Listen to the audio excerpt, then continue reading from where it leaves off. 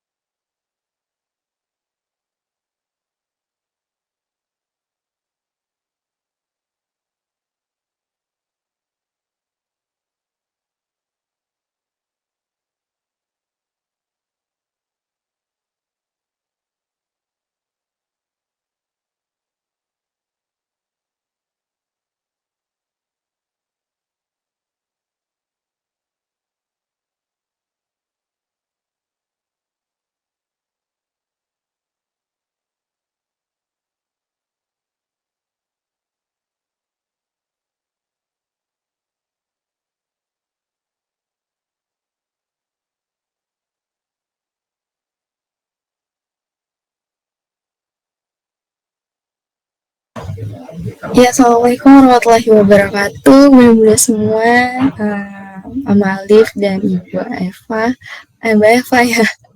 Ya, innalhamdulillah nahmaduhu wa nasta'inu wa nastaghfiruhu wa na'udzubillahi min shururi anfusina wa min sayyiati a'malina. May yahdihillahu fala mudilla lahu wa may yudlil fala hadiyalah. Asyhadu an la ilaha illa anta astaghfiruka wa atubu ilaik. Ya, mungkin pertama-tama kita panjatkan dulu puji syukur kepada Allah Subhanahu wa taala ya yang telah memberikan kita nikmat iman dan nikmat sehat sehingga kita semua bunda-bunda di sini bisa berkumpul gitu. Dan tak lupa juga kita haturkan salawat serta salam kepada Nabi Muhammad SAW yang telah membimbing kita juga sehingga kita juga bisa merasakan nikmat Islam itu sendiri. Selamat datang ya bunda-bunda semua di webinar Bincang Uang seri 1 nih di RTQ Firdaus dengan tema yakin keuangan keluarga sudah sehat, jangan-jangan masih ada yang ditilap, nauzubillah jangan sampai. Bersama pemateri kita Mbak Eva. Nah, mungkin sebelum dimulai materinya, izinkan saya memperkenalkan Mbak Eva terlebih dahulu. Jadi Mbak Eva ini merupakan dosen manajemen perdagangan dari UNS ya Mbak Eva ya? Benar ya? Ya, sama Mbak Eva ini juga aktif sebagai financial planner gitu. Ya, mungkin tanpa panjang-panjang lagi, langsung saja kita mulai ya Mbak Eva untuk materinya. Selamat menikmati materinya nih bunda-bunda semua. Nanti kalau bunda-bunda ada pertanyaan, nggak sabar mau nanya bisa langsung tulis pertanyaannya di chatnya. Gitu. Ya.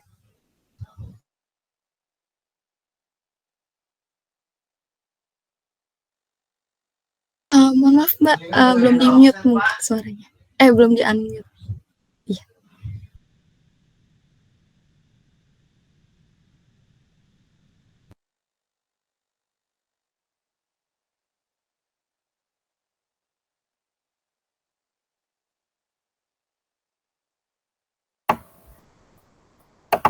Oke, sorry.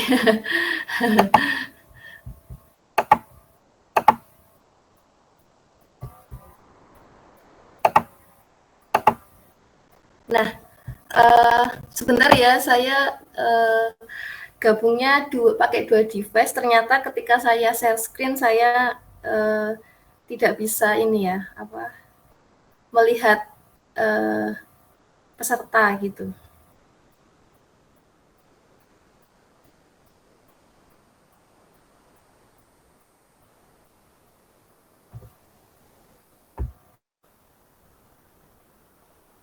Nah, oke.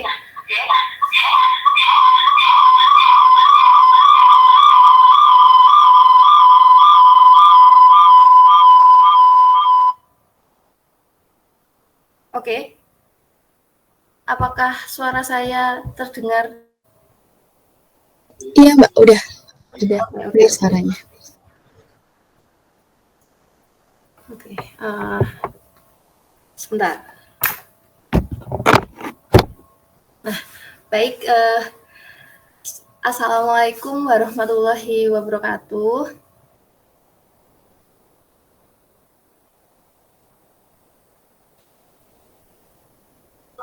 Ya, waalaikumsalam warahmatullahi wabarakatuh. Baik,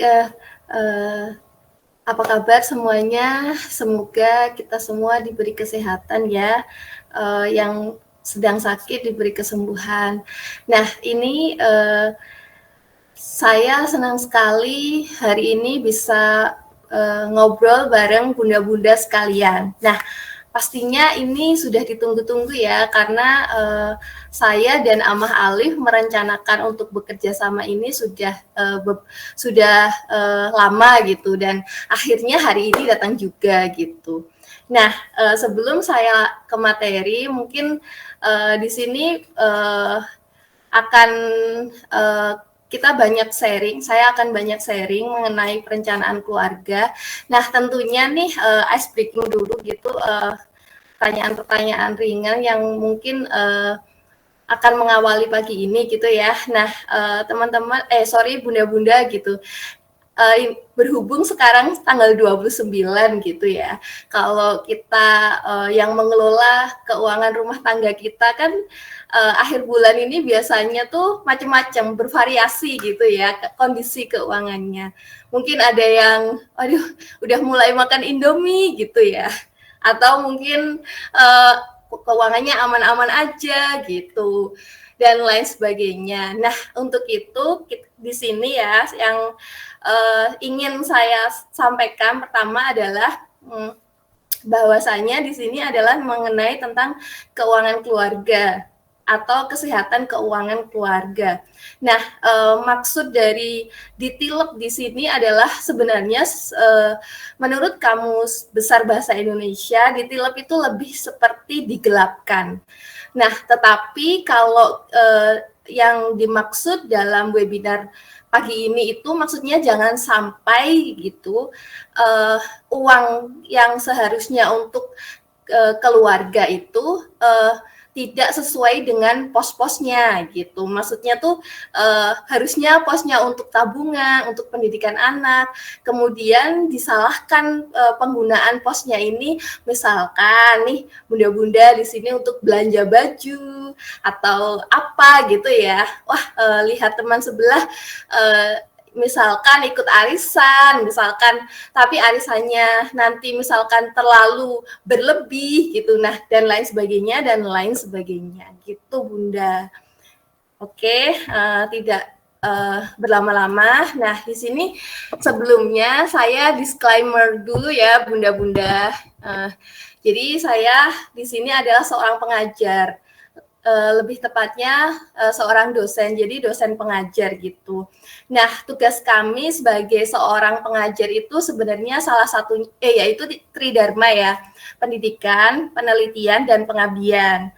Nah, di sini salah satu tugas saya adalah mengabdi kepada masyarakat, memberikan ilmu yang sudah saya miliki kepada masyarakat gitu. Nah, tentunya di sini yang perlu digarisbawahi, saya itu belum mengambil sertifikasi tentang financial planner, tapi saya sudah sering sekali mengikuti kursus-kursus dan pelatihan tentang financial planner. Bahkan background S2 saya itu manajemen keuangan, seperti itu. Nah, tetapi yang tadi ya yang saya ingin sampaikan bahwa tujuan dari pengabdian masyarakat adalah membagikan ilmu yang sudah dimiliki kepada masyarakat gitu. Itu sebenarnya tujuannya. Nah, kemudian saya bukan seorang financial advisor. Nah, di sini sehingga tugas saya sebagai pengajar adalah membuat peserta memahami pengetahuan dan mampu meningkatkan keterampilan dalam mengatur uang. Sehingga dengan apa yang sudah saya sampaikan nanti, ilmu-ilmu itu dapat diterapkan sehingga keuangan peserta semakin membaik dari hari ke hari. Seperti itu ya. Nah, kemudian enaknya saya sebagai seorang pengajar itu adalah saya posisinya netral, saya tidak merekomendasikan produk, bahkan saya bisa lebih leluasa untuk menyampaikan kelebihan dan kekurangan dari sebuah produk gitu. Nah, kemudian di sini saya sebagai pengajar juga menekankan resiko akan setiap keputusan keuangan yang diambil oleh peserta. Dalam hal ini ketika misalkan ada keuntungan, artinya keuntungan itu tidak dibagi kepada saya, dan apabila ada kerugian, itu tentu juga tidak dibagi, seperti itu. Nah, sebelum saya melanjutkan, jadi saya mengambil Blueprint of Your Money ini dari seorang perencana keuangan di Indonesia, yaitu Mbak Likwina Hananto. Nah, di sini perencanaan keuangan itu memiliki blueprint, atau kita bicara mengenai denah atau cetak biru dalam rencana keuangan. Nah, sebenarnya ini nantinya arahnya adalah kebebasan keuangan atau financial freedom yang seringkali kita dengar saat ini dan seringkali didengung-dengungkan saat ini. Nah, sebenarnya apa sih maksud dari financial freedom atau bebas secara keuangan gitu ya? Yaitu mereka yang memiliki lebih dari satu pendapatan.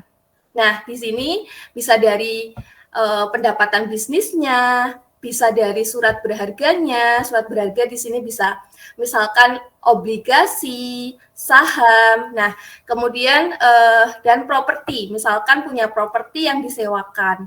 Nah, keuangan-keuangan ini pendapatan-pendapatan yang diterima dari berbagai pintu-pintu rezeki ini nantinya masuk ke perencanaan keuangan kita di sini. Nah, kemudian sampai diturunkan ke yang ini financial check up. Nah, di sini hari ini saya akan membahas tentang yang merah ini. Merah ini adalah fondasi ibadah rumah. Mohon maaf, mungkin kayaknya share screen-nya belum jalan. Jadi ini masih slide 1. Oh gitu. Iya. Oke. Sebentar.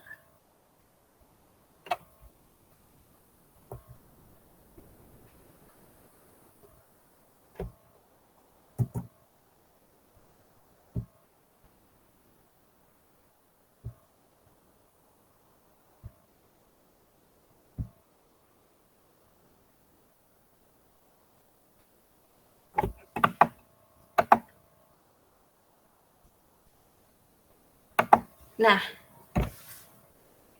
ini apakah sudah terlihat?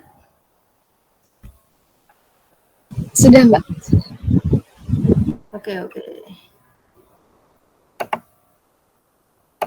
Nah,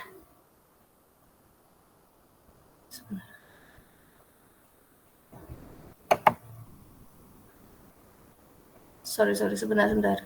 Kok saya nggak bisa memperbesar ya?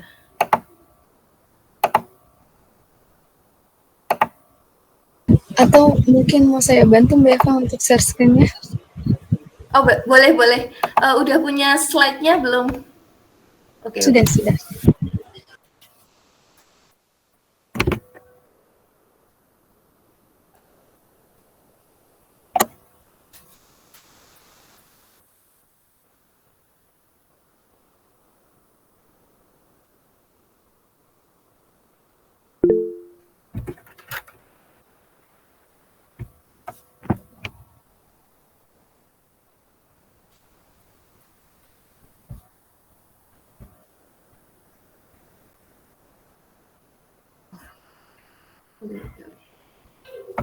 Oke.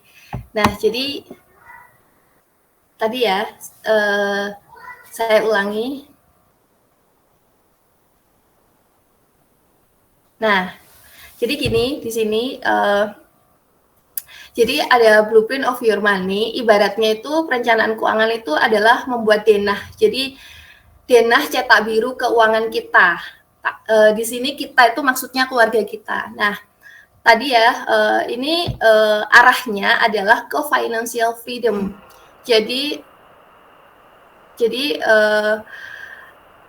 merdeka secara keuangan. Nah, di sini tadi yang seperti saya jelaskan, merdeka secara keuangan itu adalah memiliki lebih dari satu pendapatan. Nah, bisa dari bisnisnya atau mungkin surat berharga apabila memiliki, misalkan obligasi, kemudian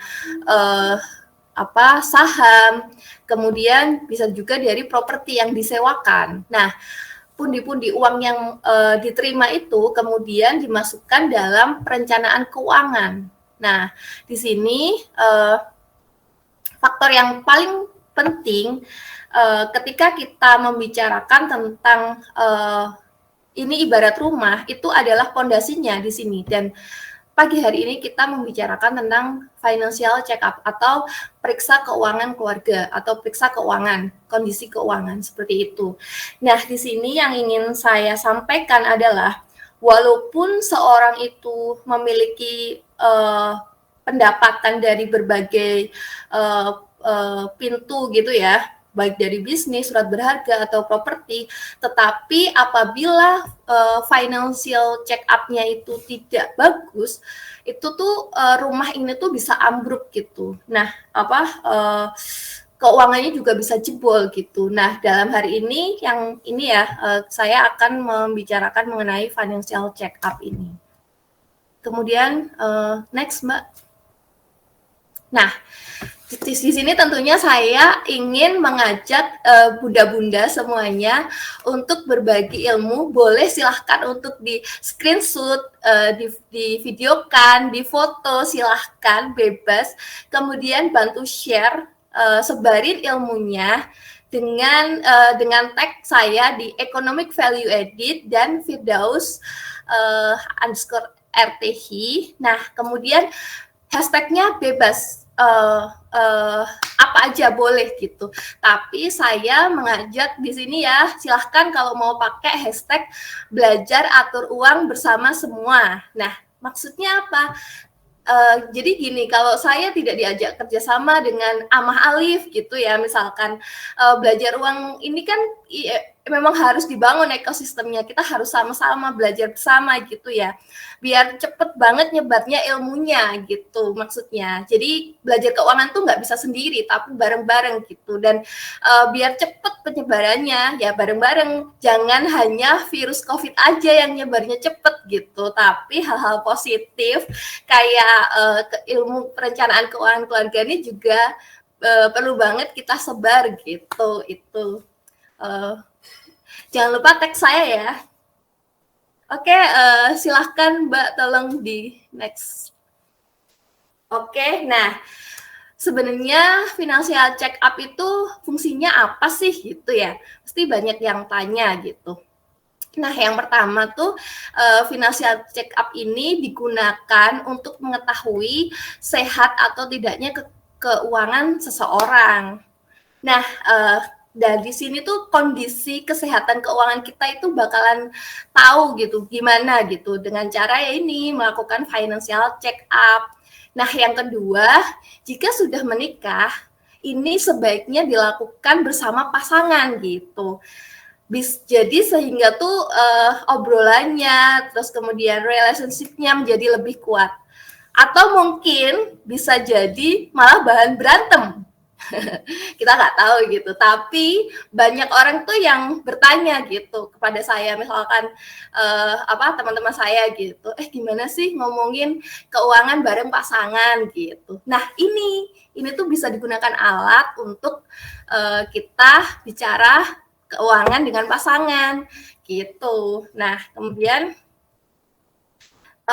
jadi kalau misalkan nih ya, jadi gini tadi yang ingin saya sampaikan lagi gitu terkait tentang keuangan keluarga tuh di Indonesia ini berdasarkan riset dari Dana Reksa Research Institute itu diperoleh data bahwa pengambil keputusan dalam keuangan rumah tangga itu 39,56% diambil oleh istri gitu. Nah, kemudian hampir 30% dipegang oleh suami dan hampir 27% itu dilakukan dilakukan secara bersama-sama pengambil keputusannya ini. Nah, ini di sini artinya bahwa peran perempuan secara keseluruhan, maksudnya secara mayoritas itu pengambilan keputusan, kemudian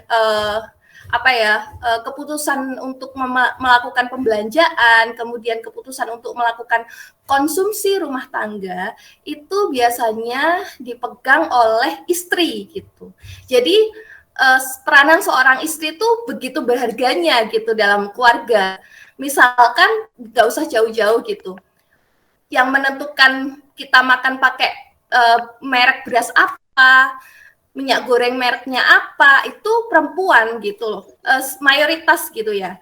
Nah, jadi di sini tuh untuk kedepannya, untuk mencapai tujuan-tujuan keuangan kita, perempuan itu harus memiliki literasi keuangan. Tadi ini harusnya saya sampaikan di depan, tapi saya tadi kelewatan, sorry. Nah, jadi itu ya, jadi mengapa penting sekali gitu. Dan ini ya, untuk misalkan ini kita sudah punya pasangan. Nah, kesepakatan mengenai keuangan keluarga biasanya dengan adanya hal ini, financial check up, misalkan kita jadi sepakat, misalkan, misalkan peranan suami hanya mencari nafkah, misalkan nih, istri kemudian mencari nafkah sampingan atau tambahan, dan pengelolaan uangnya diserahkan pada istri. Ada model keluarga yang seperti ini. Tapi ada model yang istri dikasih uang belanja, selebihnya untuk keputusan-keputusan pembelian besar diberikan pada suami. Itu juga ada yang seperti itu. Atau mungkin yang tadi bersama. Nah, itu macam-macam. Itu sesuai kesepakatan masing-masing dan salah satunya saat berdiskusi dengan pasangan bisa menggunakan ini gitu. Nah, oke, Mbak, bisa di next. Nah, kemudian ini ya, sebenarnya final check up tuh langkahnya apa saja sih gitu. Nah, teman-teman di sini, sorry. Saya soalnya biasanya ngajarnya tuh mahasiswa, jadi saya panggilnya teman-teman, jadi kelewatan nih, bunda-bunda. Jadi bunda-bunda apa sih sebenarnya gitu dokumen yang disiapkan. Nah, di sini beberapa hal ya, misalkan buku tabungan, kemudian kalau punya deposito ya deposito, kemudian kalau punya misalkan bukti transaksi investasi, misalkan habis beli obligasi dan lain sebagainya, sertifikat tanah, kemudian BPKB dan lain sebagainya gitu ya. Kemudian nanti kita akan ada contoh yang saya share mengenai neraca, kemudian arus kas bulanan, arus kas tahunan, seperti itu. Bisa di next, Mbak. Nah, jadi gini, ini contohnya gitu. Sebenarnya tuh dokumen neraca. Neraca itu apa sih sebenarnya gitu? Neraca itu ya total harta bunda-bunda dikurangi total utangnya bunda-bunda gitu. Nah, nantinya akan ketemu kekayaan bersih. Nah, misalkan seperti ini.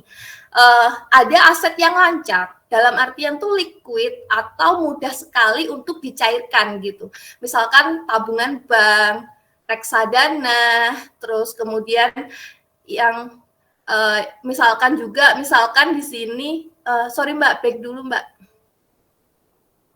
Nah, misalkan emas atau logam mulia itu masuknya di aset yang lancar. Nah, ini berapa aja? Mbak Eva, saya punyanya tuh ini Mbak, saya nggak punya tabungan bank, tapi saya tuh ini sih saudara-saudara saya tuh biasanya pinjam saya gitu. Bisa dimasukkan di situ aset yang lancar ya. Jadi piutang itu bisa dimasukkan ke aset lancar gitu. Mbak Dela, ini kenapa ya presentasinya kok nggak ini bisa tampil?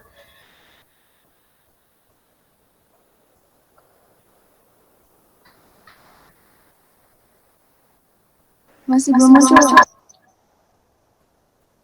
Sorry. Udah masuk?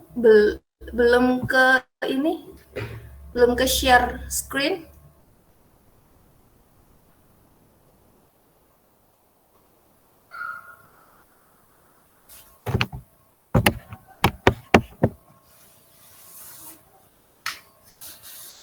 Oke, thank you Mbak. Nah, bisa nih masukkan ke piutang gitu. Selama mereka misalkan mau membayarnya itu jangka waktunya di bawah 1 tahun itu atau mungkin 3 bulan, pokoknya di bawah 1 tahun tuh bisa dimasukkan ke sini ke aset lancar. Tapi ini jadi, selanjutnya ya. Kemudian kalau misalkan bunda-bunda tuh punya perhiasan emas. Jadi kalau perhiasan emas itu letaknya di bawah ke aset tidak lancar.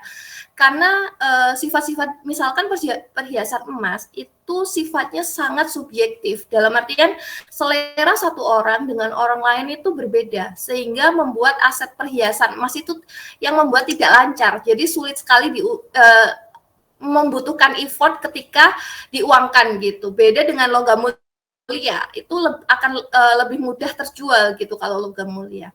Nah, kemudian kalau Bunda punya properti, kos yang disewakan, apartemen, kemudian tanah, barang koleksi dan lain sebagainya itu masuknya ke sini, aset tidak lancar.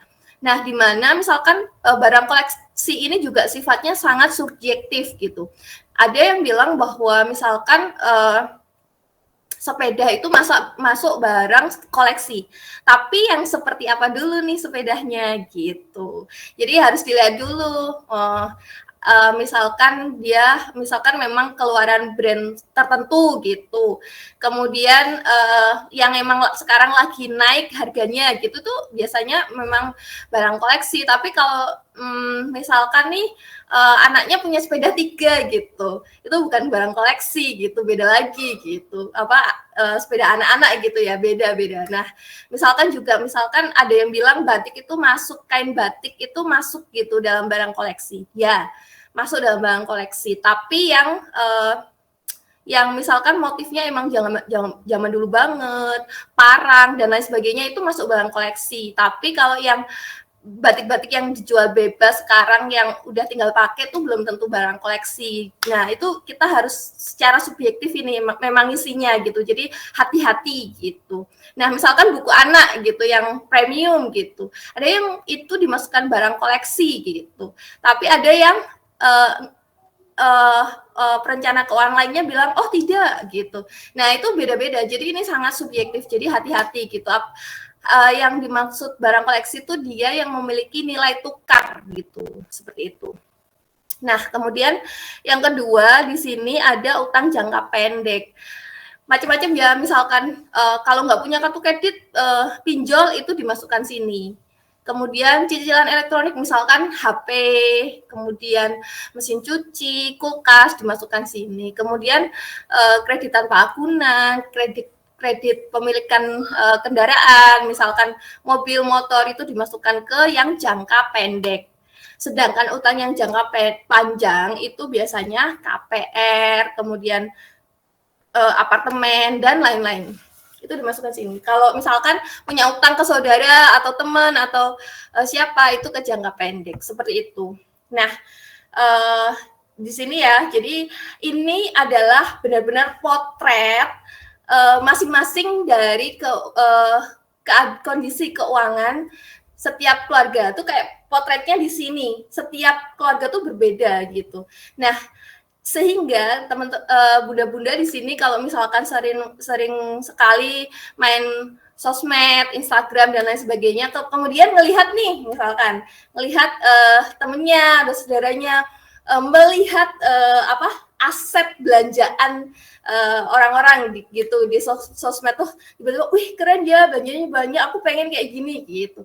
Tapi kan tunggu dulu, kita tuh nggak tahu bad state-nya mereka tuh gimana, kita nggak tahu background story-nya mereka tuh gimana gitu. Nah, yang kita tahu adalah potret dari kondisi keuangan kita gitu. Ketika kita punya ini, kita tuh jadi nggak silau ketika ada orang yang misalkan update story dan lain sebagainya. Kita nggak, misalkan ada yang, wih ini misalkan nih ada yang liburan nih, misalkan, jadi kita nggak FOMO, kondisi keuangan saya segini nih, belum bisa nih, kayak gitu. Jadi ini tuh fungsinya untuk mempotret cekrek, tapi salah yang sekarang nggak cekrek gitu ya bunyinya, udah nggak ada bunyinya gitu kalau foto gitu. Nah, jadi kayak gitu, ini fungsinya. Jadi, dan ini tuh sifatnya tuh rahasia, bukan untuk disebar-sebarkan gitu. Jadi hanya dibuat oleh kita dan dilihat oleh kita, nggak untuk disebarluaskan gitu. Jadi ibaratnya ini ya, sebuah konser musik gitu, ini tuh kayak gini, kita nggak, jadi konsernya tuh wah megah gitu, tapi kan kita nggak tahu backstage-nya gimana gitu. Jadi beda-beda tiap orang gitu. Itu bunda-bunda gitu. Next. Nah, ini ya. Nah, kemudian di sini kita akan bicara mengenai arus kas bulanan. Nah, arus kas bulanan itu bagi bunda-bunda yang saya tadi lihat profilnya kebanyakan adalah seorang ibu rumah tangga. Nah, dari mana nih penghasilannya gitu? Penghasilannya dari pemberian suami atau transfer. Nah, itu dari situ, itu dimasukkan ke sini. Apabila suaminya itu misalkan pegawai tetap karyawan, itu di sini maksudnya. Jadi gaji pasangan di ini ya, kalau nggak ada gaji berarti gaji pasangan di sini. Nah, jadi enaknya ngitungnya kalau misalkan karyawan itu akan lebih tahu berapa besarannya dan tanggal berapa menerima. Nah, beda lagi nih kasusnya kalau misalkan seorang freelancer atau seorang pengusaha gitu beda. Nah, jadi di sini kita bicaranya bulanan. Jadi apa aja yang diperoleh dari bisnisnya, propertinya, surat berharga. Nah, kemudian ini pengeluaran kita sehari-harinya. Seperti itu. Nanti akan ketemu sebenarnya saldo bulanan atau arus kas yang bebas.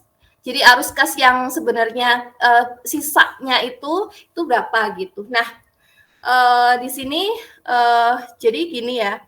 Nanti tuh potret ini tuh untuk melihat bahwa sebenarnya kita itu kondisinya gimana.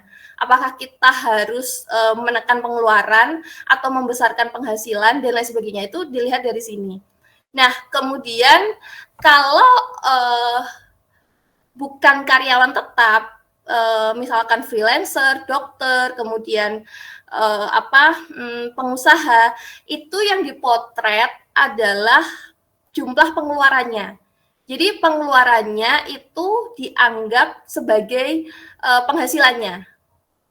Jadi dengan adanya itu, dengan adanya ini, kita itu akan terbantu. Dalam artian kita udah punya baseline nih, pengeluaran kita tuh setiap bulan segini. Jadi kita sudah tahu, jadinya tahu kita harus punya penghasilan berapa. Nah, seperti itu. Jadi sebenarnya itu tuh membantu untuk ini. Ini tuh sangat membantu untuk jadi panduan kita. Itu. Nah, kemudian di sini, nah untuk karyawan biasanya itu akan menerima bonus dan THR. Nah itu dapat dialokasikan untuk pengeluaran yang sifatnya tahunan, misalkan bayar pajak kendaraan atau rumah, kemudian untuk keperluan mudik, seperti itu. Jadi tujuannya ke situ. Atau bayar sekolah nih pas masuk pertama nih SD, SMP. Nah itu biasanya tuh bisa menggunakan pakai pendapatan yang sifatnya tahunan gitu. Nah kemudian jadi sebenarnya ini gini ya. Jadi kita jadi tahu kalau misalkan pengeluaran kita sebulan 3 juta. Atau 5 juta, kita harus tahu berapa sih yang nantinya kita bisa tabung dan investasikan gitu. Nah, jangan sampai kalau kita nggak punya catatan ini tuh jadinya misalkan jadi kayak gini, misalkan gajinya 5 juta, tapi hidupnya pengeluarannya 15 juta. Nah, ini kan halu kan, jangan sampai ini tuh untuk mengerem gitu. Nah, sebenarnya dengan pencatatan-pencatatan seperti ini ya, neraca, kemudian arus kas, ini kalau dilakukan sekali, itu tuh bagus gitu. Tapi kalau dilakukan setiap hari, pasti akan bosen. Jadi sebenarnya pencatatan ini sebaiknya nggak apa-apa misalkan sekali, tapi ada hasilnya. Hasilnya apa sih? Evaluasinya gimana sih? Nah, seperti itu. Nah, Mbak Dela, tolong di next. Nah ini ya bunda-bunda, ini adalah rumus simple gitu yang saya ambil dari tadi ya dari Mbak Wina gitu panggilannya. Nah jadi mudah saja secara simpelnya. Jadi sebenarnya ada lebih dari satu cara untuk mengatur cash flow gitu. Nggak hanya ini aja, tapi masih banyak lagi. Tapi mungkin kalau 1, 2, 3, 4 tuh lebih mudah dihafal gitu. Nah, ini 1, 2, 3, 4 tuh maksudnya apa? Nah, maksudnya ini ya 10% untuk menyisihkan untuk tabungan dan investasi dan ini minimal ya. Jadi bisa lebih gitu. Nah, kemudian yang kedua adalah 20% untuk gaya hidup. Jadi misalkan bunda-bunda pengen beli gamis yang baru, pengen beli skincare, kosmetik, kemudian ikut arisan. Nah, silahkan nih pakai dana nih 20% aja, 20% aja gitu. Nah, kemudian yang 30% nih cicilan utang. Jadi tadi ya financial check up itu ibarat di kehidupan kita sehari-hari itu adalah medical check up gitu. medical check up itu kan biasanya kita akan memeriksakan tentang kolesterol kita, kemudian tekanan darah kita, gula darah kita. Nah, kalau dalam perencanaan keuangan itu namanya financial check up. Nah, tadi ya misalkan kita bicara mengenai medical check up.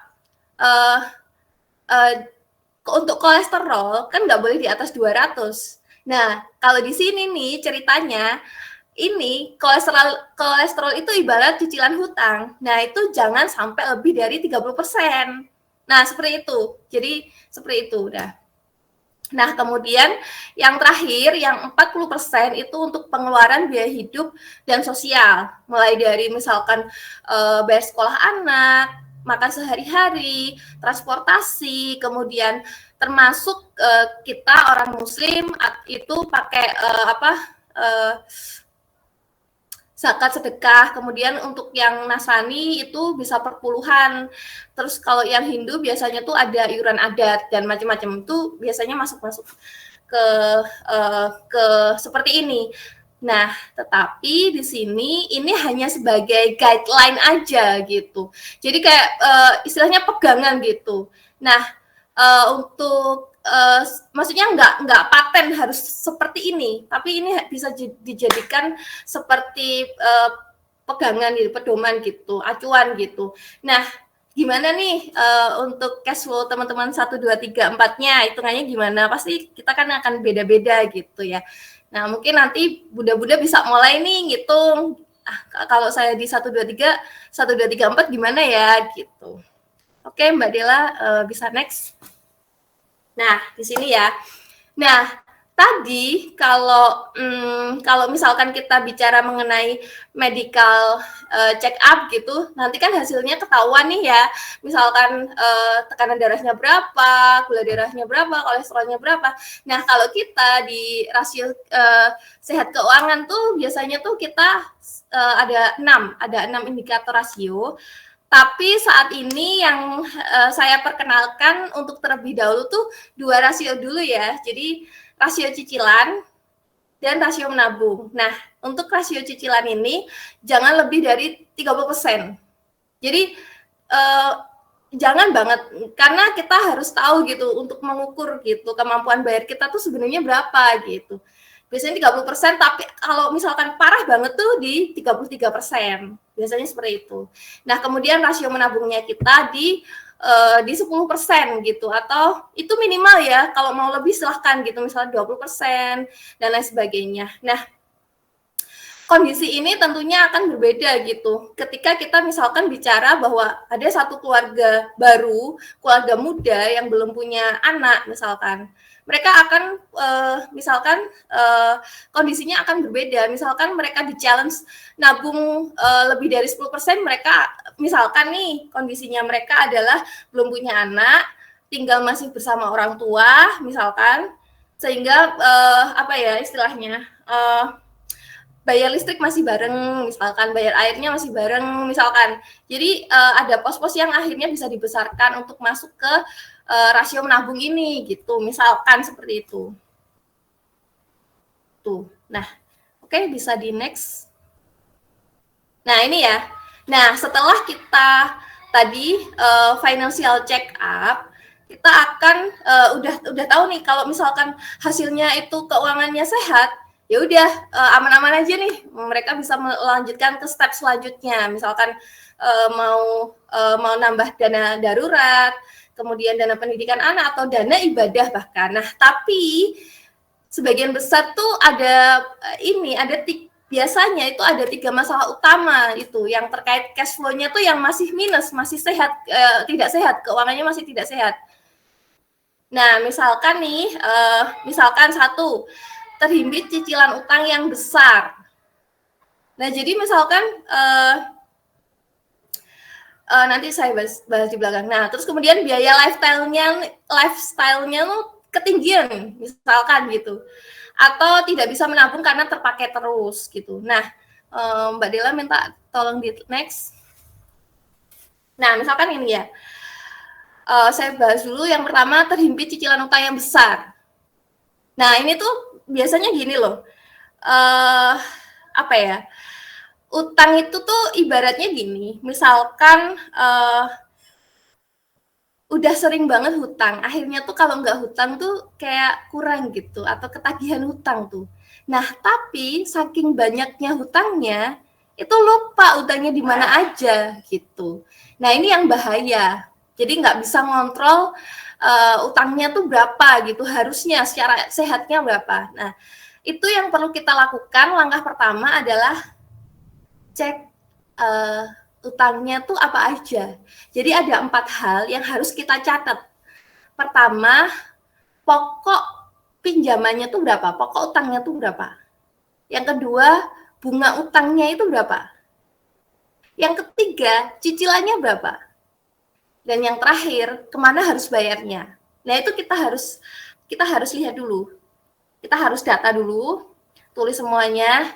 Nah, kemudian kita baru tahu nih, oh, bunga paling tinggi tuh yang mana? Nah, yang itu yang harus kita bunuh duluan. Saya bilang kasar, bunuh, karena tuh utang itu jahat, jadi kolesterolnya tadi itu tinggi gitu. Jadi harus dibayar terlebih dulu, harus dibunuh terlebih dahulu. Nah, untuk utang-utang yang misalkan utangnya tuh dari yang bunganya tuh bahkan nggak ada, misalkan utang ke saudara, utang ke orang tua, ke teman, misalkan nih ya. Nah, itu yang kita bisa bayarkan mundur dulu. Tapi kalau utang-utang yang bunganya tinggi itu harus dibayar dulu. Solusinya ya tadi, kalau utang harus dibayar gitu. Nah, ketika kita sudah membayar hutang-hutang dengan bunga yang tinggi, psikologis kita tuh akan baik gitu. Jadi kita lebih akan tenang gitu. Seperti itu. Nah, sebenarnya tuh lebih ke sini ya. Kita punya hutang, tapi kita misalkan punya tabungan besar, atau kita punya logam mulianya banyak gitu misalkan. Nah, tapi kita punya utang nih, utang pinjolnya tinggi misalkan, min 30%, sedangkan misalkan tabungan di rekening tuh nggak tinggi, misalkan di bawah 3%. Kan kita berangkatnya, padahal utang pinjol ini misalkan 1 bulannya 3,95% misalkan, hampir 4%. 1 bulan dia berapa? 1 tahun berapa? Misalkan aja hitung-hitunglah dibulatkan, min 30%. Nah, sedangkan investasi kita itu tuh cuma plus 3% atau bahkan kurang gitu. Jadi kita berangkatnya jadi minus. Tapi ketika kita punya aset yang bisa dicairkan dan untuk menutup hutang ini, kita berangkatnya dari nol, nggak dari minus gitu. Nah, itu sebenarnya pelajaran SD dulu ya, kita sudah melajari, misalnya nggak tahu kelas, lupa deh, kelas 3 atau kelas 2. Kan nol sama minus lebih tinggi dari nol. Nah, itu ibaratnya kayak gitu. Jadi kita kalau punya utang tuh lebih baik kita bayar dulu pakai aset kita, kemudian kita baru berangkat dari nol gitu. Jadi nggak apa-apa, cash-nya nol, tapi kan utangnya nggak ada juga nol gitu. Oke Mbak, bisa di next. Nah, ini ya langkah untuk melunasi utang gitu. Nah, pertama, stop kartu kredit atau aplikasi pinjolnya.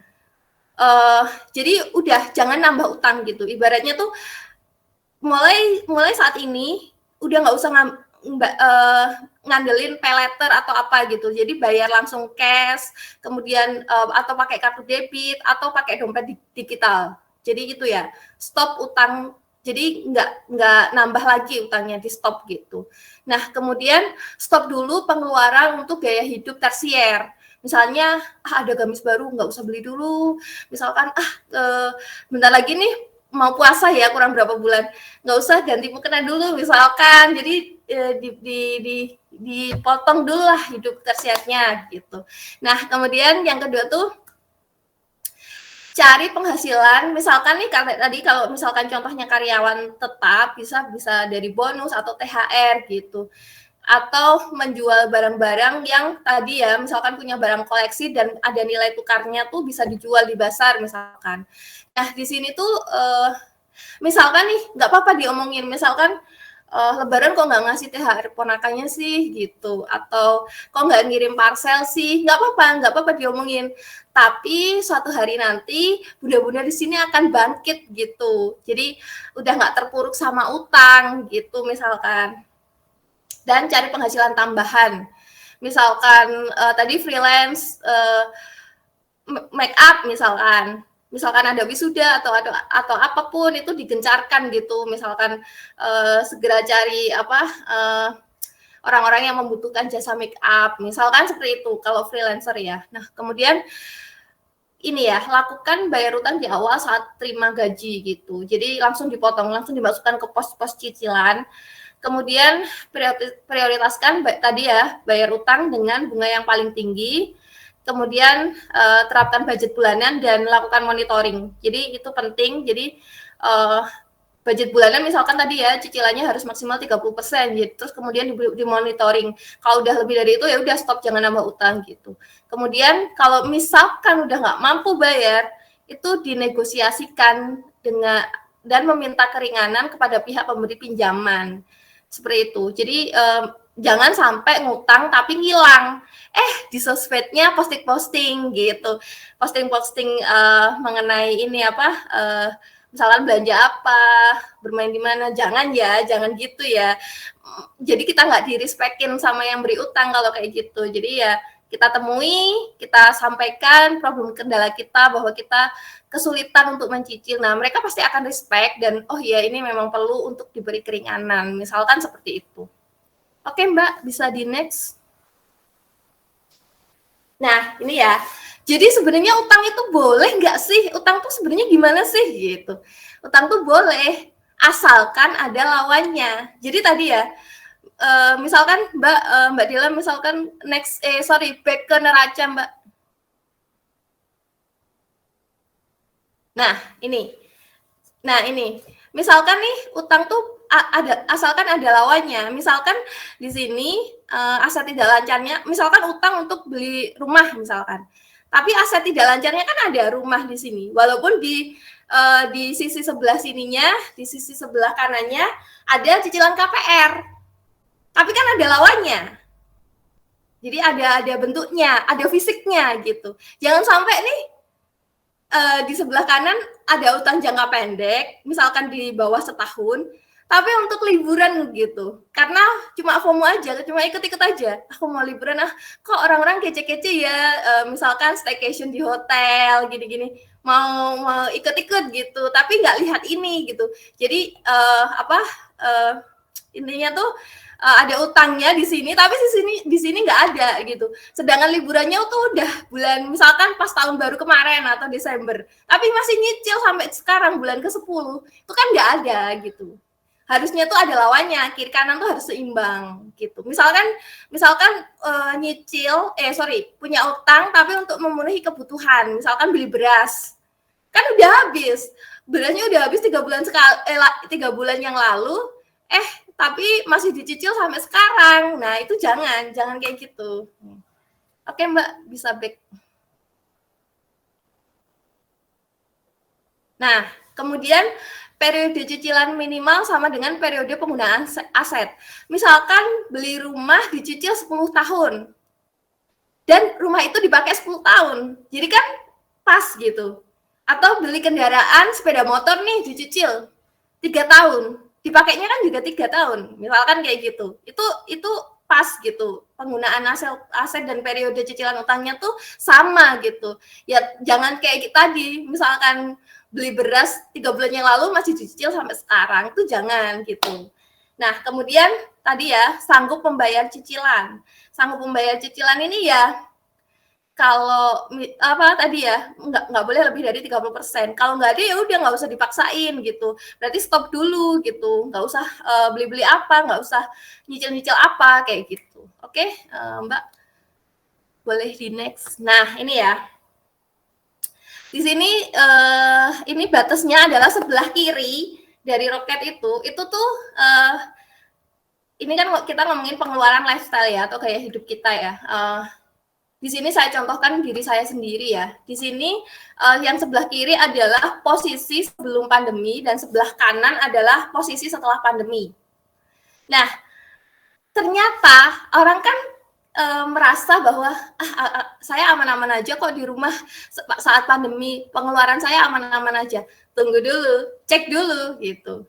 Nah, misalkan nih, kalau di sebelah kiri kita, misalkan saya nih, misalkan dulu waktu ngerjain sesuatu atau ketemu sama misalkan mau kerja sama atau apa segala macam, kan dulu ketemunya di kafe atau di restoran mana gitu. Tapi sekarang ternyata tidak loh Ferguson. Dikirain aku nggak kemana-mana nih, aku hemat nih di rumah. Oh tunggu dulu, ternyata orderan lewat ojolnya lancar jaya gitu kan.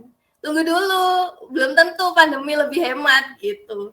Nah kemudian misalkan nih yang kedua, misalkan kalau saya kan hobi nonton, tapi kalau waktu misalkan sebelum pandemi di bioskopnya kan cuma film-film yang saya suka aja gitu, misalkan nggak semua film saya tonton.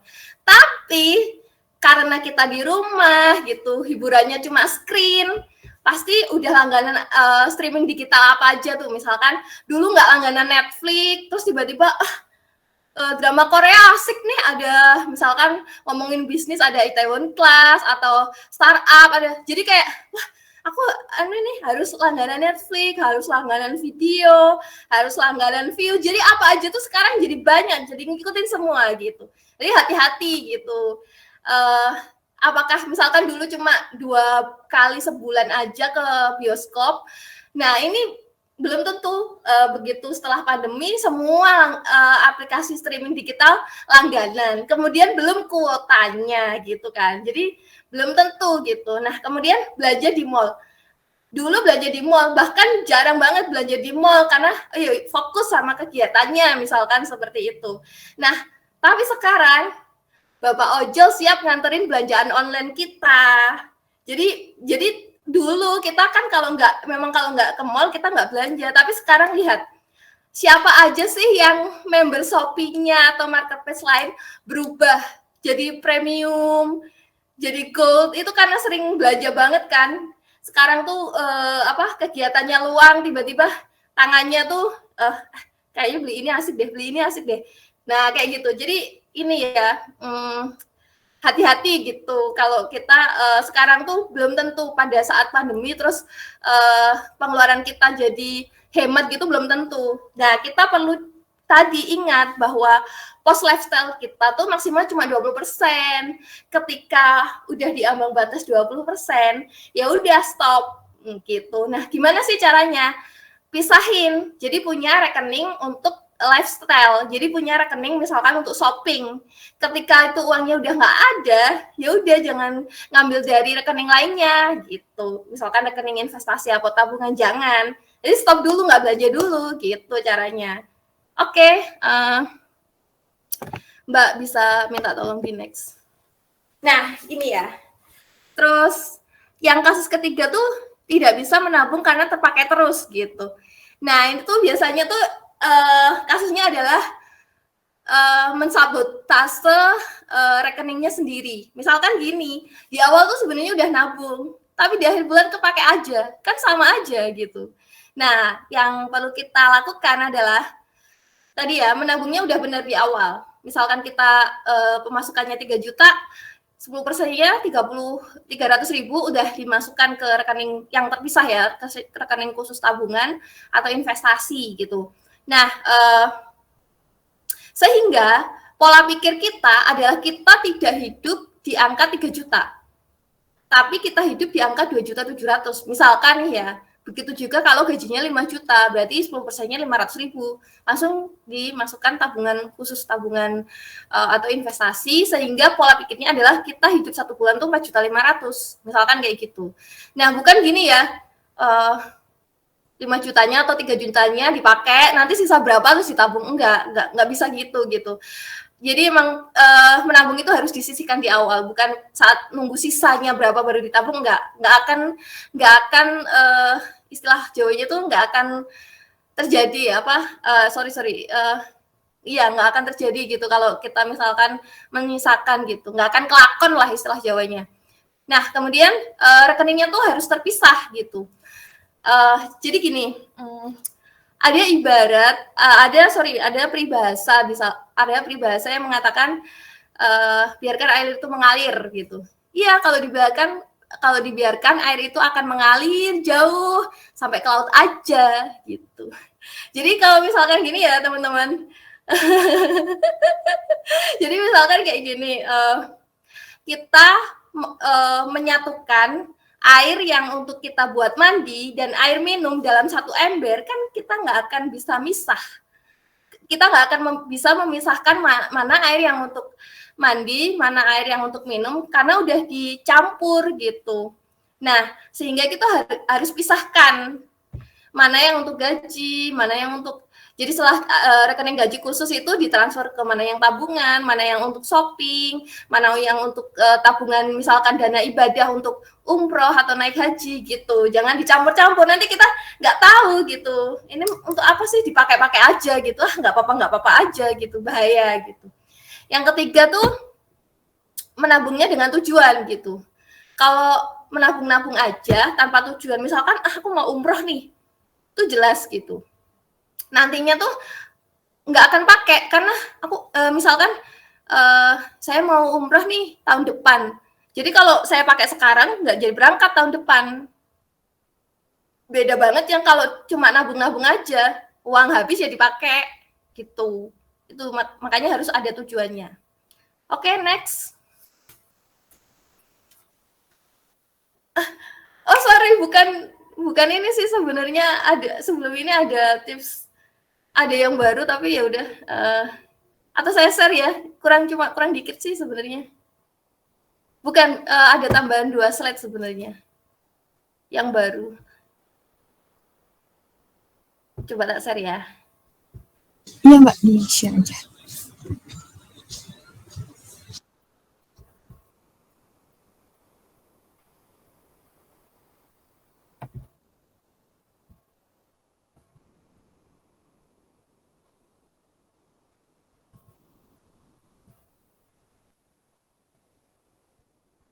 Tapi nggak gerak ya Mbak? Nggak gerak ya? Iya, kayaknya. masih. Iya. Nggak usah, saya besarkan aja kalau gitu.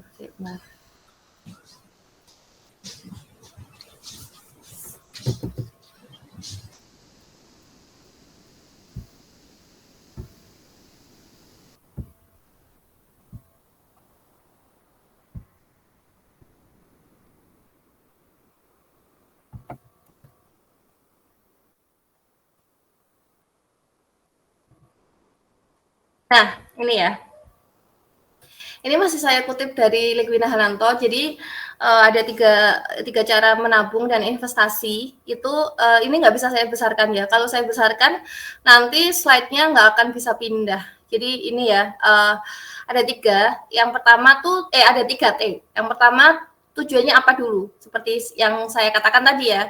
Tujuannya apa? Mau dana ibadah, mau dana apa untuk misalkan untuk DP rumah, atau misalkan untuk dana renovasi rumah gitu. Nah, yang kedua tentukan presentasinya gitu. Di sini saya garis di sini ada garis lurus. Jangan sampai kita langsung matok, kita harus nabung sebulan 1 juta gitu. Tapi padahal pendapatnya beda-beda. Ada yang pendapatannya 3 juta di sini, misalkan 5 juta di sini, kemudian 8 juta di sini. Itu nggak bisa. Jadi kita harus tentukan presentase di mana minimalnya adalah 10%. Sehingga jelas kalau misalkan 10%, tiap orang akan beda. Tetapi seiring berjalannya tambahan pendapatan, tabungannya juga akan meningkat itu. Nah, kemudian yang kedua adalah terpisah ya. Jadi teman-teman, bunda-bunda di sini jadinya harus memisahkan mana tabungan shopping sendiri, dana darurat sendiri, umrah atau naik haji sendiri. Seperti itu. Misalkan seperti itu. Ini tipsnya. Nah, kemudian, ini ya. Jadi ini ada 5 langkah untuk berinvestasi. Jadi jangan langsung lompat ke berinvestasinya, tapi kita harus selami dulu di bawahnya itu apa aja tahapan-tahapan yang harus kita lalui. Nah, sekarang ini kan banyak nih, terutama di masa pandemi banyak banget yang jadi seorang investor baru, misalkan di dunia saham dengan beragamnya platform yang mudah gitu, misalkan Ajaib, iPod dan lain sebagainya. Tapi berinvestasi aja, tapi nggak lihat gitu. Harusnya tuh tentukan tujuan dulu, misalkan, terus kemudian cek profil resiko investasinya, misalkan oh saya orangnya tuh maunya yang aman-aman aja. Jadi harus tahu kalau maunya aman-aman aja ya produknya apa di sini ya, kenali pilihan produknya investasi apa gitu. Kemudian hitung sebenarnya kebutuhan investasinya tuh berapa. Mau umroh misalkan, umroh tuh berapa. Jadi gitu. Jadi nggak langsung tiba-tiba beli investasi aja, tapi nggak ada tujuannya gitu. Nah, sebenarnya investasi itu yang paling memiliki makna dalam adalah investasi yang untuk mencapai tujuan kita. Jadi keuangan kita tuh jadi kayak apa ya istilahnya, tujuan keuangan kita tercapai gitu, daripada investasi yang sah-sah aja untuk cari cuan. Tapi kalau ketika kita mencentang satu tujuan keuangan kita, misalkan pergi umroh nih, nah itu akan lebih bermakna gitu daripada cuma investasi yang cari cuan tanpa tahu tujuan gitu. Nah, karena sebenarnya perencanaan keuangan itu adalah perjalanan keuangan kita pribadi gitu, seperti itu. Jadi mulai misalkan kita dulu nih awal nikah tujuannya apa, kemudian oh belum punya rumah gini-gini. Nah, itu karena itu adalah perjalanan keuangan kita dulu dari dulu sampai sekarang itu sebenarnya. Oke, nah ini ada satu quote gitu. Di sini bukan gaji yang membuat Anda kaya, melainkan kebiasaan Anda dalam membelanjakan uang. Jadi di sini ketika teman-teman main sosmed, nah lihat, jadi jangan mudah untuk terpancing, untuk terbawa atau untuk silau, tapi lebih ke karena apa? Ketika kita sering membelanjakan uang kita, otomatis saldo kita juga akan berkurang. Nah, itu yang kita harus ini ya, maksudnya nggak hanya ikut-ikutan atau nggak hanya terbawa, tapi kita harus sadar diri dulu, kita harus jujur. Jadi perencanaan apa ya, tadi ya financial check up dan lain-lain itu adalah inti pelajarannya adalah kita jujur kepada diri kita sendiri bahwa kita punya ini gitu, kita baru punya ini. Nah, misalnya kita belum bisa investasi lebih gitu, kita misalkan mampunya baru 100.000 per bulan, nggak apa-apa, semua tuh berangkat dari bawah, semua berproses gitu. Jadi nanti sampai akhirnya misalkan bisa investasi yang dengan dana yang lebih dari itu, misalkan seperti itu. Jadi intinya kita harus berani jujur pada diri kita bahwa kita tuh punyanya segini loh, gitu, seperti itu. Nah itu ya karena keterampilan mengatur uang itu adalah sesuatu yang sifatnya adalah keterampilan, di mana itu muaranya pada praktek ya. Jadi ilmu, kemudian keterampilan itu semuanya muaranya pada praktek, dan saya berharap apa yang saya sampaikan di sini nanti bisa dipraktekkan oleh bunda-bunda semua. Oke, sekian dari saya kembalikan ke Mbak Dela. Masya Allah, terima kasih Mbak Eva. Masya Allah materinya daging semua nih kayaknya. Ya mungkin saya mempersilahkan nih untuk bunda-bunda yang mungkin mau bertanya sama Mbak Eva atau konsultasi gitu ya. Kira-kira ada yang mau bertanya nih bunda-bunda?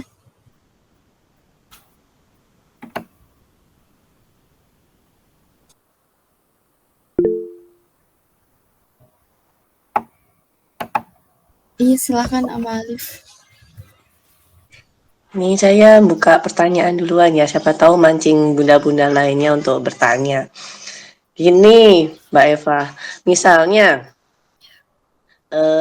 anggap aja lah pendapatan saya cuma dari gaji suami aja, gaji suami ya. Kemudian ada alokasi untuk tabungan, maksudnya dari gaji suami itu nggak semuanya kan dijadiin untuk biaya kebutuhan sehari-hari. Dan itu ada tabungan, terus pada suatu saat, curhat ini jadinya. Pada suatu saat itu ada promo gitu ya. Promo entah itu buku anak-anak yang lagi diskon atau cicilannya lagi besar banget. Terus atau lagi ada kebutuhan rumah tangga yang biasanya kita pakai itu ada diskonan juga, tapi belum waktunya untuk beli. Misalnya kayak gitu. Belum waktunya untuk bulan ini, sebenarnya saya nggak lagi butuh itu, tapi saya kok ini diskon ya, lebih murah daripada yang biasanya aku beli gitu. Akhirnya saya ngambil uang tabungan saya nih, ambil uang tabungan saya buat beli apa namanya yang diskonan atau promoan itu tadi kan biasanya kalau promoan tuh bundling berapa ya beli 2 gratis 1 gitu kan. Saya mikirnya tuh bisa buat oh ini bisa buat sediaan 3 bulan gitu misalnya gitu ya. Tapi kan itu kan nggak apa di luar gaji pengeluaran gaji yang seharusnya gitu kan. Nah itu gimana ini Mbak Eva? Itu benar nggak sih kalau saya ngambil uang tabungan dulu untuk beli yang promoan gitu?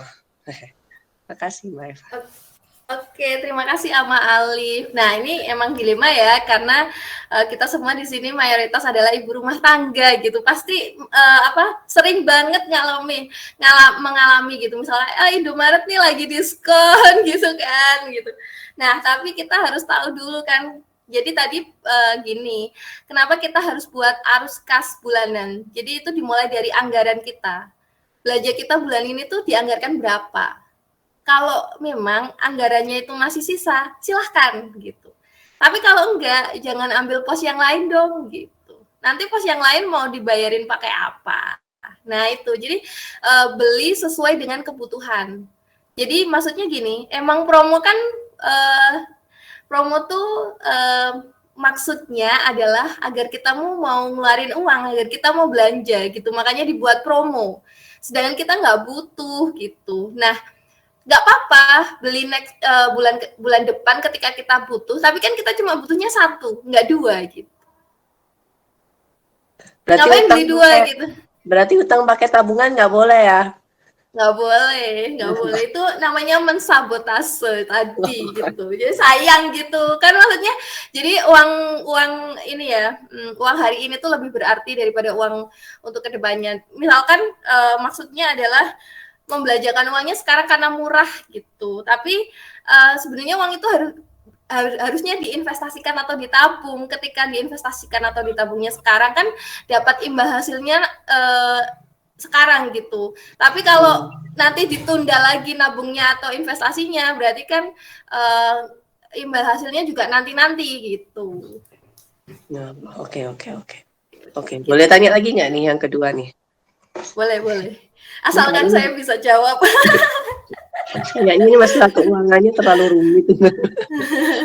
Iya, benar. Ini gini, misalnya terus sebenarnya alokasi untuk pendidikan anak itu harusnya berapa persen?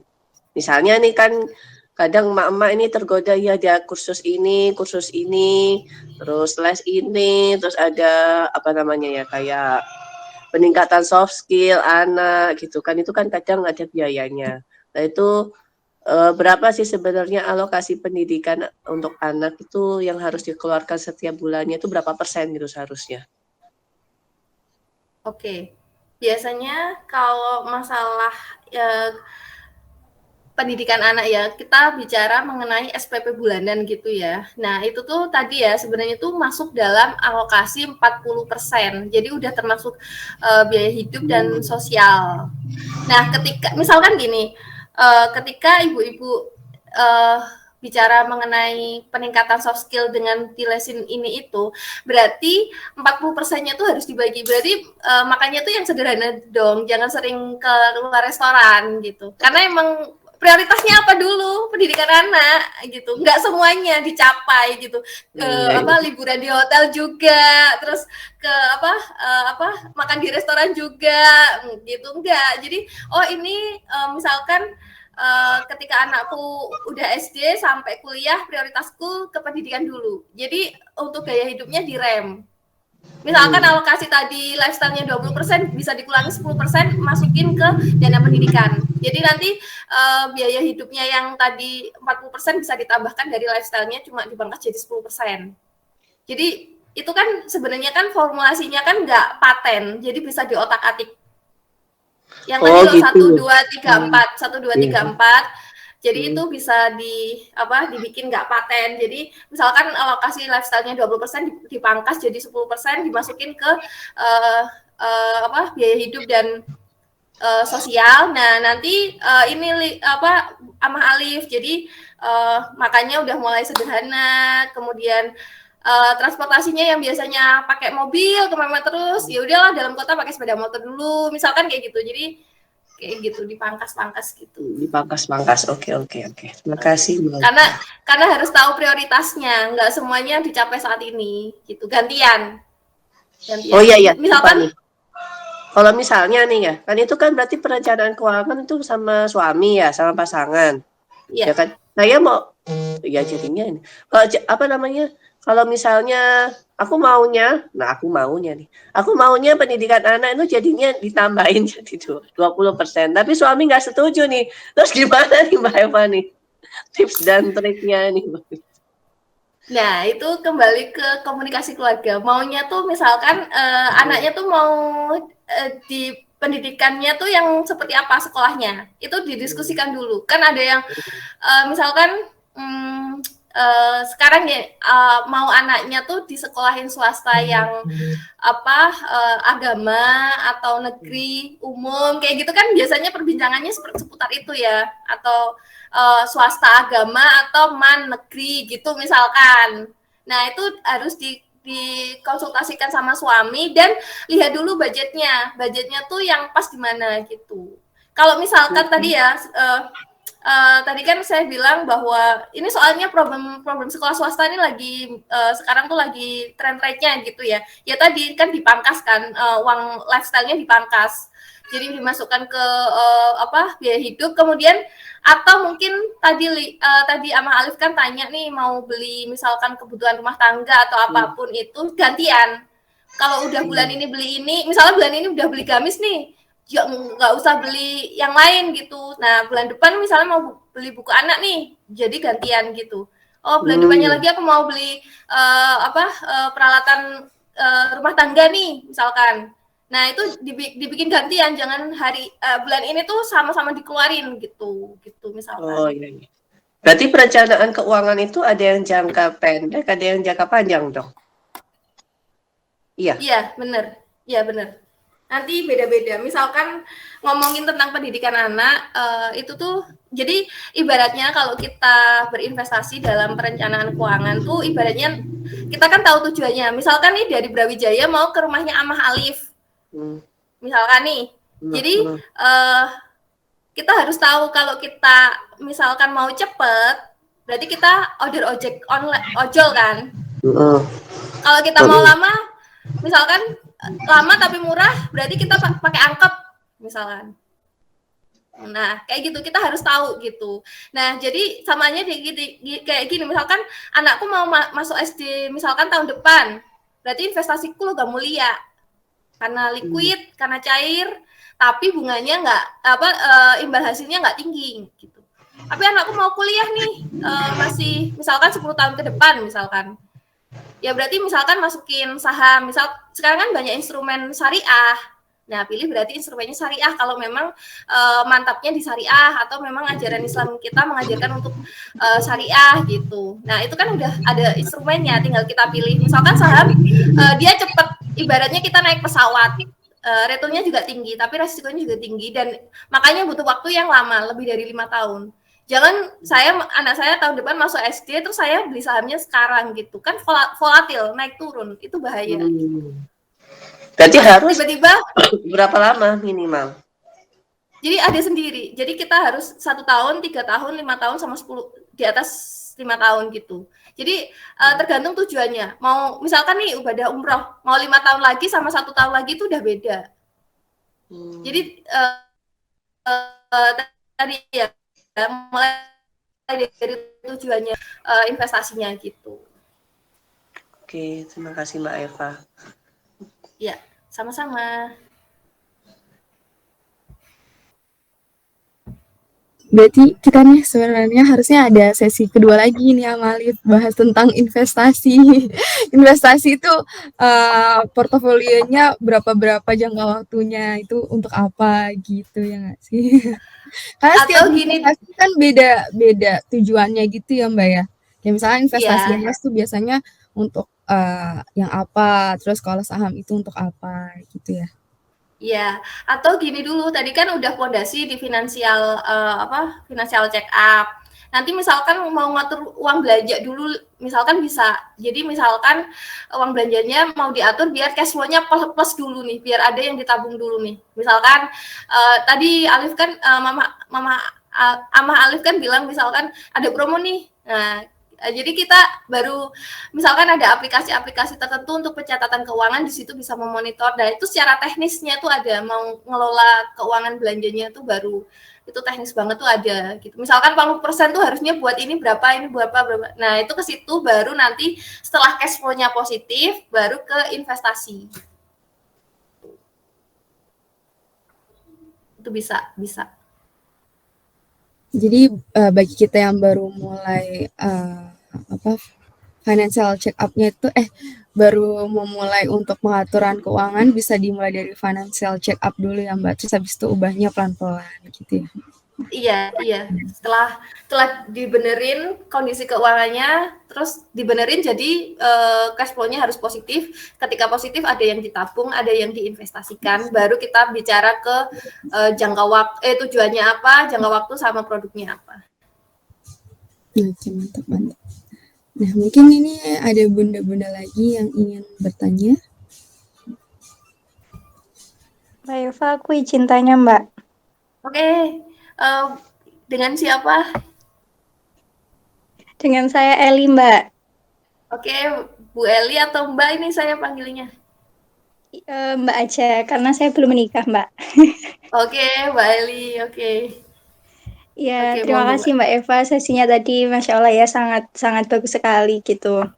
Nah, cuma yang saya tanyakan gini Mbak, Alhamdulillah gitu ya, kalau dari segi financial check up, terus kemudian istilahnya itu Alhamdulillah udah berjalan gitu ya Mbak.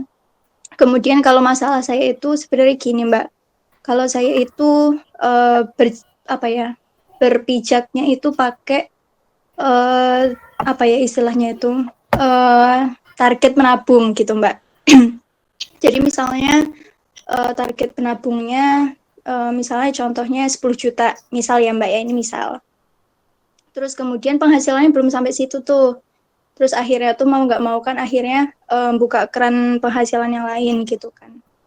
Ya. Nah, singkat cerita tuh akhirnya gini Mbak. Jadi saya itu mungkin terlalu keras sama diri sendiri gitu.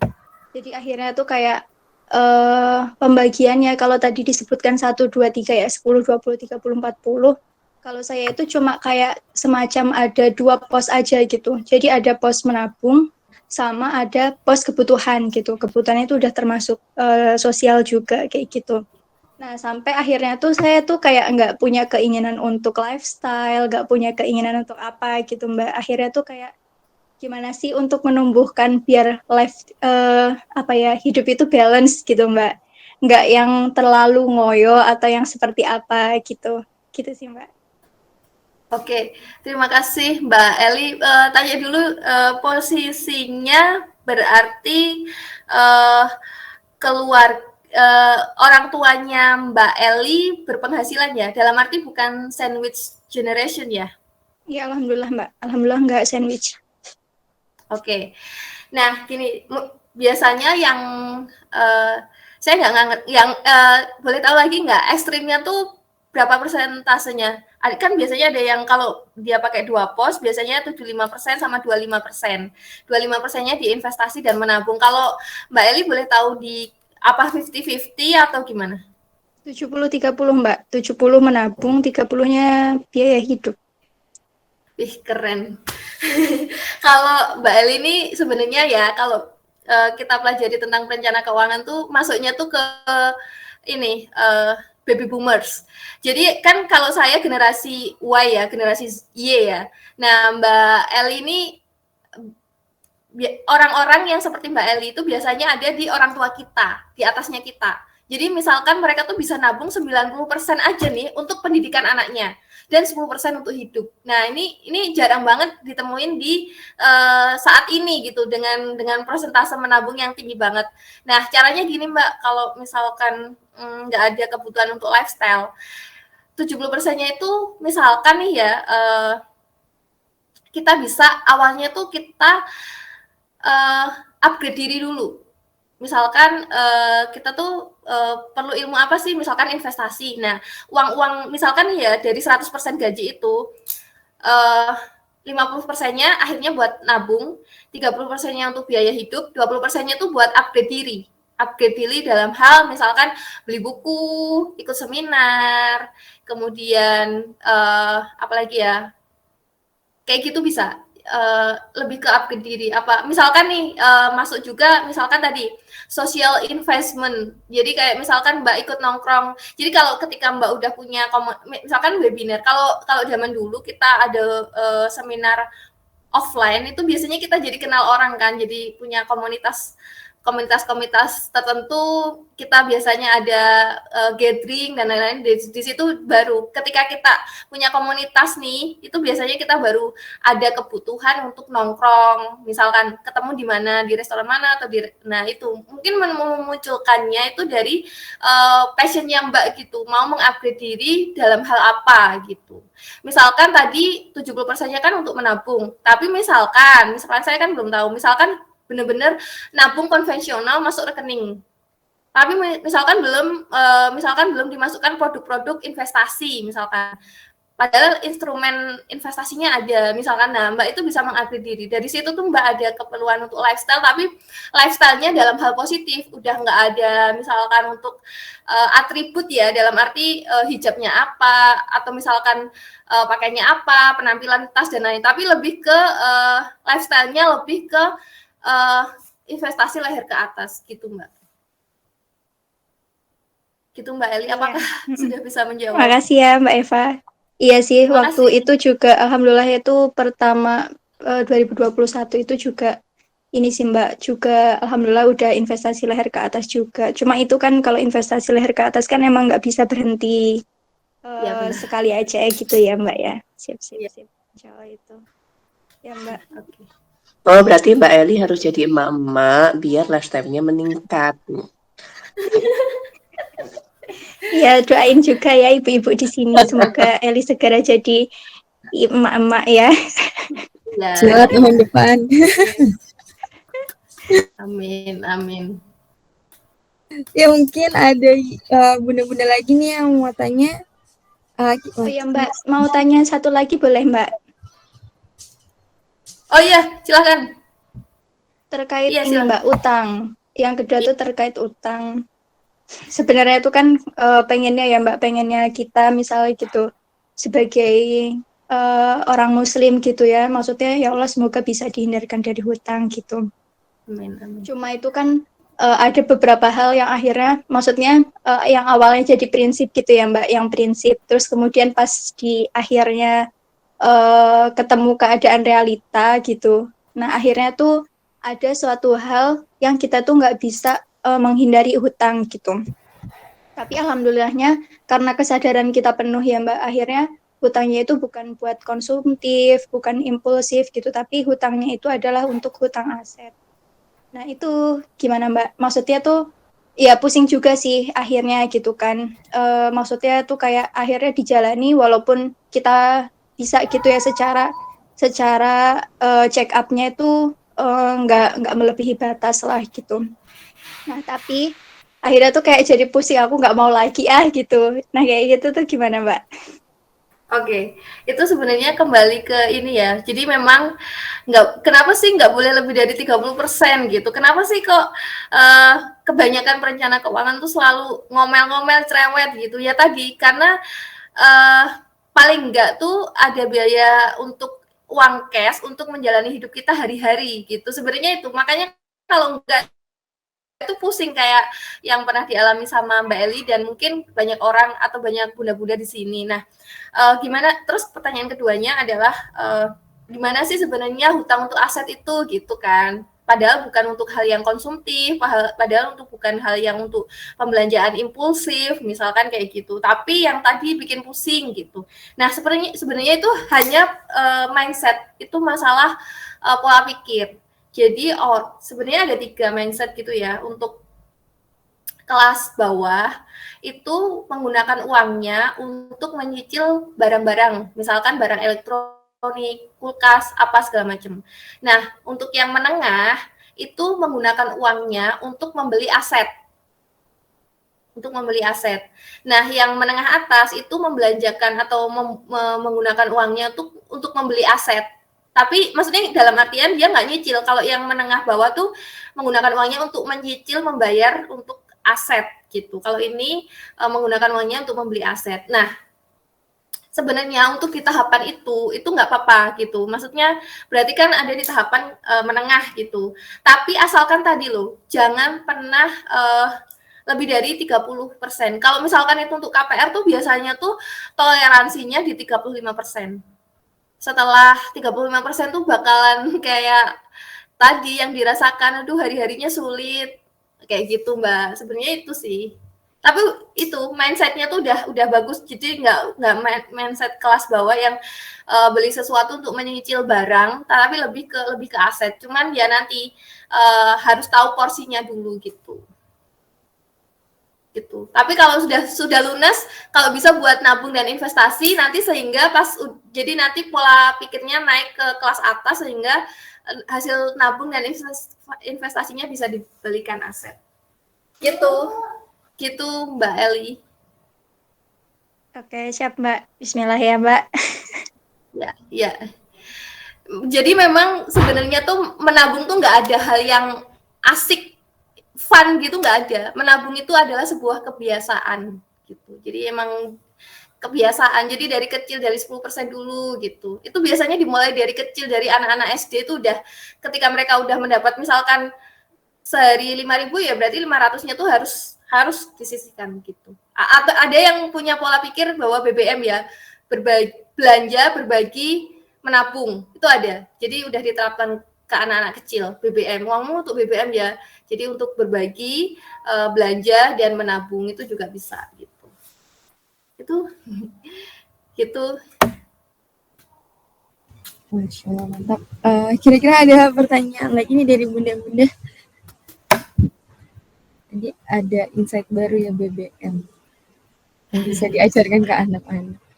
Ya, kayaknya dapat program baru ini kayaknya.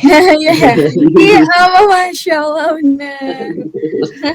Tuh di sini tuh sebenarnya kalau saya lihat di peserta yang hadir tuh ada teman kami, saya sama Alif dulu satu alma mater, tuh ada teman saya Pak Nasiruddin sama Ibu Rina Kartika. Nah mungkin di sini ada Pak Nasiruddin yang beliau tuh kayak mendukung program kita. Jadi bapak-bapak tapi ada di sini gitu loh. Jadi mungkin kalau Pak Nasiruddin ada bisa Pak kasih sepatah dua patah kata atau apa ya kesannya gitu.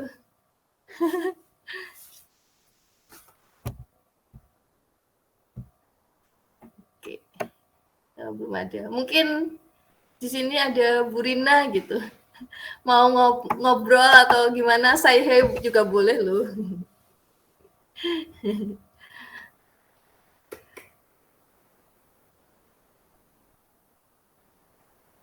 Malu-malu mungkin. Mungkin udah nggak ada pertanyaan lagi ya, Mbak ya.